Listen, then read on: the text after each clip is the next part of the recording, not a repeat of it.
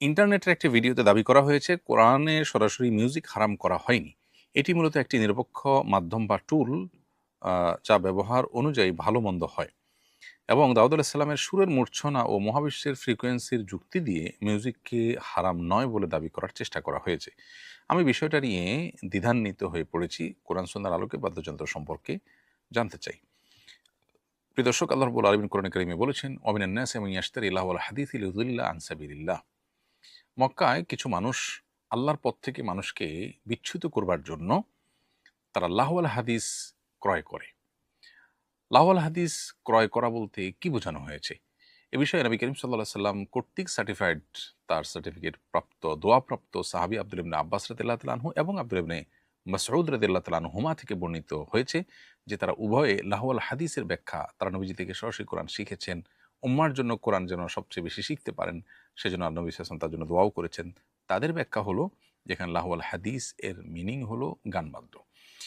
তো এখান থেকে বোঝা গেল যে গানবাদ্য সম্পর্কে ইসলামের দৃষ্টিভঙ্গিটা কি। আল্লাহ তাআলা সেটাকে সমালোচনা করেছেন যে আল্লাহর জিকির থেকে গাফিল করার জন্য টুল হিসাবে কিছু মানুষ এটা নিয়ে কাজ করে। গায়কদের ভাড়া করে আনতো তখন, যাতে মানুষ কোরআন তেলাওয়াত না শুনে, গায়িকা থেকে ভাড়া করে আনতো যাতে করে কোরআন না শুনে ওই গান বাজনে মানুষ মজে থাকে। তাহলে এটা আল্লাহর জিকির থেকে গাফিল করবার একটা মাধ্যম এবং টুল। আজও যারা দেখা যায় যে এগুলোর সাথে অনেক বেশি ইনভলভ হয়ে যায়, তারা আল্লাহর জিকির, আল্লাহর পরিপূর্ণ আনুগত্য এগুলা সেভাবে তারা আসলে করে উঠতে পারে না। এটা হলো বাস্তবতা। আবু মালিক আল-আশআরী রাদিয়াল্লাহু তাআলা থেকে বর্ণিত সহিহ বুখারীতে তালিক সূত্রে একটা হাদিস, যেটা তিনি দৃঢ়তার সাথে উল্লেখ করেছেন।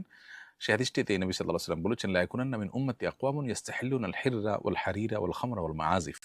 অর্থাৎ নবীজি বলেছেন, আমার উম্মতের মধ্যে এমন কিছু মানুষ আসবে যারা একটা সময় বিবাহ বহির্ভূত সম্পর্ক, এক্সট্রা ম্যারিটাল অ্যাফেয়ার্স যেটাকে বলে, যে বিবাহ বহির্ভূত সম্পর্ক, এটাকে তারা হালাল মনে করবে। আজকাল আপনি দেখেন মানে তথাকথিত আপনার জেনার সঙ্গী আছে একজনের, বিয়ে নাই কিন্তু তার সঙ্গী এই পরিচয় দিচ্ছে বিভিন্ন নাম দিয়ে, বিএফজিএফ ইত্যাদি বিভিন্ন নামে। এটা কিন্তু কোনো দর্শনীয় জিনিস মনে করছে না, অথচ এটা কিন্তু 10-20 বছর আগেও মানুষ এভাবে বলতে পারতো না। পৃথিবীর সব সমাজে একটা সময় এটা ছিল না, এখন এটা স্টাবলিশড হয়ে যাচ্ছে। তো নবীজি বলেছেন কিয়ামতের আগে এটি হবে, এটি কিয়ামতের আলামত। এবং ওয়াল হারির, আরেকটা হলো যে সিল্ক, পুরুষের জন্য ব্যবহার করা হারাম, সেটাকে হালাল মনে করবে এবং কোন দর্শনীয় মনে করবে না। আজকাল দেখেন পুরুষদের সিল্কের পাঞ্জাবি ইত্যাদি ব্যাপক হারে বিক্রি করা হচ্ছে। এটা পৃথিবীতে একসময় পুরুষরা পড়তোই না, ব্যবহারই করতো না, কিন্তু এটাকে হালাল মনে করছে আজকাল মানুষ। আরেকটা হলো মাদক। কোরআন আল্লাহ তাআলা অনেক আগেই বলেছেন যে ওয়াইসমুহুমা আকবারু মিন নাফইহিমা, মাদক এবং জুয়া এগুলোর কিছু উপকারিতা আছে কিন্তু ক্ষতি তার চেয়ে অনেক বেশি, অনেক বড়। তো আল্লাহ নিজে বলেছেন যে কিছু উপকারিতা আছে, খেয়ে সাময়িক মানুষ তৃপ্তি পায়, এটা যেমন উপকারিতা, এর বাইরে আরও উপকারিতা থাকতে পারে। যেমন আজকাল মাদকের একটা নির্দিষ্ট পরিমাণ, বিশেষ মাদক, এটা গ্রহণ করার মাধ্যমে ব্রেইন ওপেন হয়ে যায় বলে দাবি করা হয়। অনেক তরুণরা এই পথে পা বাড়াচ্ছে এবং বলা হচ্ছে যে এই মাত্রা নিলে খুব বেশি ক্ষতিকর কিছু হবে না, এই সেই। আপনার তথাকথিত ব্রেইন ওপেন হওয়ার কিছু চমক আপনি হয়তো দেখতে পাবেন। কারণ কোরআনে আল্লাহ তাআলা বলেছেন যে মাদক এবং জুয়া এগুলোর মধ্যে উপকারিতা আছে কিন্তু ক্ষতি তার চাইতেই বেশি এবং বড়। আ যে উপকারিতা আপনার সাময়িক আনন্দের মাধ্যমে হয়, তথাকথিত ব্রেইন ওপেন হওয়ার কাজটা যদি হয়ও, এরপরেও আপনার জীবনকে ধ্বংসের দিকে নিয়ে যাবে এই মাদক। সেটা আল্লাহ তাআলা কোরআনে ঘোষণা দিয়েছেন দুনিয়াতে এবং আখিরাতে। তো সেটাকে আজকাল দেখেন এই যে তথাকথিত উপকারিতার নাম দিয়ে তরুণদের মধ্যে, একটা সমাজের শ্রেণীর মানুষের মধ্যে এটাকে, যারা মুসলমানের সন্তান, যারা এটা এমনিতে পান করে না, তাদেরকে বলা হচ্ছে যে একটা নির্দিষ্ট পরিমাণ নেওয়া যায়, হানতান ইত্যাদি করে তাদের মধ্যে এটা করা হচ্ছে। তো নবীজি বলেছেন এটা হবে, একটা সময় আসবে মানুষ এটাকে বৈধ মনে করবে। আর সর্বশেষ হলো মাহাজিব বা বাদ্যযন্ত্র। নবীজি বলেছেন যে এটাকে মানুষ একটা সময় হালাল মনে করবে, অথচ এটা হালাল না। তো এখান থেকে বোঝা যায় পরিষ্কারভাবে যে বাদ্যযন্ত্র এটা যদি ব্যবহার হয়, প্রয়োগ হয়, সেটা কোনো গানে হোক, ওয়াজে হোক কিংবা কোরআন তেলাওয়াতে হোক, সেটা হারাম হয়ে যায় এটার ব্যবহার করাটা। আরেকটি হাদিস আব্দুল্লাহ ইবনে আব্বাস রাদিয়াল্লাহু তাআলা আনহু থেকে বর্ণিত যে নবী করিম সাল্লাল্লাহু আলাইহি ওয়াসাল্লাম বলেছেন, ইন্নাল্লাহ হাররামা আলাইয়া আও হাররামা আল খামরা ওয়াল মাইসিরা ওয়াল কুবা। হাদিসটি সহিহ সুনান আবু দাউদে বর্ণিত হয়েছে এবং এই হাদিসের অর্থ হলো নবী সাল্লাল্লাহু আলাইহি ওয়াসাল্লাম বলেছেন, আমার উপরে হারাম করা হয়েছে মাদক, জুয়া এবং কুবা। কুবা এর মানে হলো তবলা।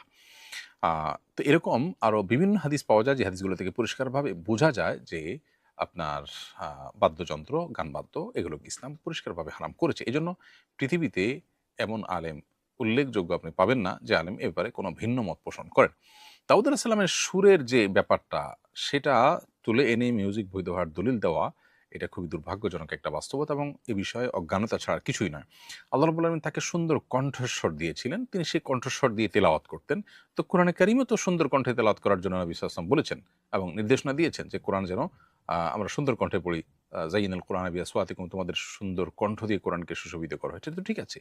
সুন্দর কণ্ঠ দিয়ে খালি গলা যদি কেউ ভালো কথা আছে এমন কোনো গান গায় খালি গলায়, তো সেটাও তো নিষেধ না। কিন্তু সেটা দিয়ে তিনি কোনো বাদ্যযন্ত্র ব্যবহার করেছেন কিনা?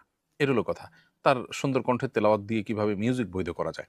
দ্বিতীয়ত কথা হলো, যদি বাদ্যযন্ত্রের ব্যবহার কথা আপনি প্রমাণ করতেও পারেন, তো সেক্ষেত্রে তার শরিয়া তো আপনার কাছে দলিলযোগ্য না। আপনার জন্য তো মুহাম্মদ সাল্লাল্লাহু আলাইহি ওয়াসাল্লামের শরিয়া দলিলযোগ্য। মুহাম্মদ সাল্লাল্লাহু আলাইহি ওয়াসাল্লাম কি করেছেন, কি করতে বলেছেন, কি করতে নিষেধ করেছেন সেটা আপনার দেখার বিষয়, কারণ আপনি তার উম্মত। আ আগের যুগের নবী রাসূলদের শরিয়া তো আমাদের জন্য লক্ষণীয় না, সেটা তো আরেকটা বিষয়। বর্তমানে আমাদের মধ্যে এই ব্যাধি ব্যাপকভাবে বাড়ছে। অনেকেই এই সমস্ত হারামকে হালাল মনে করছেন। নবীজি কিন্তু আমাদেরকে সতর্ক করেছেন, কিয়ামতের আগে একটা সময় আসবে মানুষ এই হারামগুলোকে হালাল মনে করবে। অদ্ভুত আ কাকতালীয় ব্যাপার যে আমরা দেখছি এখন মানুষ আ বিবাহ-বিবাহিত সম্পর্ক করতে এটা কোনো তার বাদে না, মুসলমানের সন্তান। এটাকে সমাজও তেমন কোনো দোষী বিষয় মনে করছে না। মা-বাবা ধরে নিচ্ছে যে হ্যাঁ, একটা সম্পর্ক থাকবেই, পরে বিয়ে হবেই। এই যে বিষয়টাকে বৈধ মনে করছে মানুষ। আবার আপনি দেখবেন যে সিল্ক পুরুষরা ব্যবহার করছে।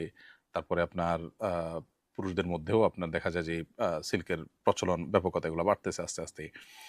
মাদক গ্রহণ করার উপকারিতা বলা হচ্ছে বিভিন্ন পরিমাণে।